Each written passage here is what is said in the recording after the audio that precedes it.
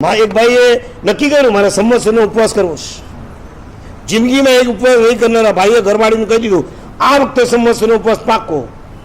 સારું, અત્યારે શું છે, ચોથ આવે ત્યારે વાત નહીં, એમ નહીં, તૈયારી કરજે બરાબર. અને ભાદરવા સુદ 30 બપોરનો સમય ઓલીએ ઘરમાં બરાબર શરૂઆત કરી દીધી. આવતીકાલે એમને ઉપવાસ છે, આવતીકાલે એમને ઉપવાસ છે. સાંજના સમયમાં અત્તરવાયનું શરૂ થઈ ગયું. ઓલા ભાઈ ઓફિસથી આવી ગયા, અડદના ઢોકળા એમની ફેવરિટ ડીશ. એક થાળી પૂરી કરી નાખી, 2 થાળી પૂરી કરી નાખી.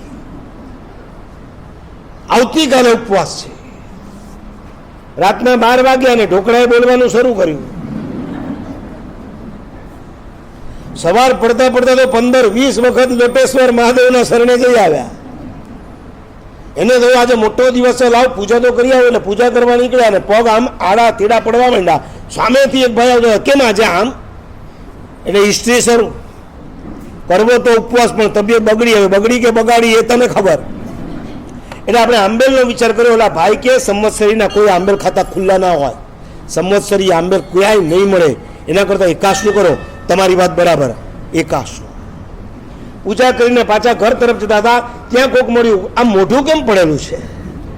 હજી તો બોલો 7 વાગ્યા છે ને મોઢા પડવા માંડ્યા, પગ આડા તેડા પડવા માંડ્યા. સવારથી ઉઠે ત્યારથી ઉપવાસ લાગી ગયો.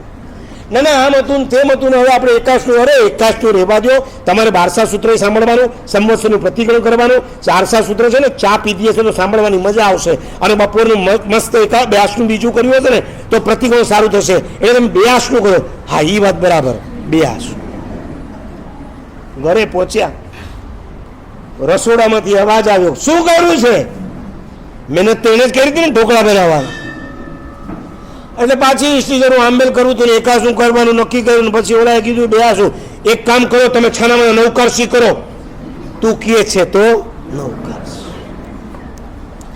આ બહેનોને છે ને, તમારું 82 ભારે પડે. તમારી નવકારસી એમને ઈઝી પડે, તમારું 82 ભારે. કારણ કે તમે સવારથી સાંજ સુધીમાં 10 વખત સંભળાવો, મારે 82 તમને ખબર નથી, કાંઈ બનાવ્યું નથી. લે 82 એટલે જાણે છઠના પારણે છઠ કરતો ને એવું 82. તપ કરજો, ના નથી કહેતો. સમૂહનું નિમિત્ત પામીને નહીં કરનારાઓ પણ આ દિવસોમાં મસ્તીથી અઠ્ઠાઈ કરે છે.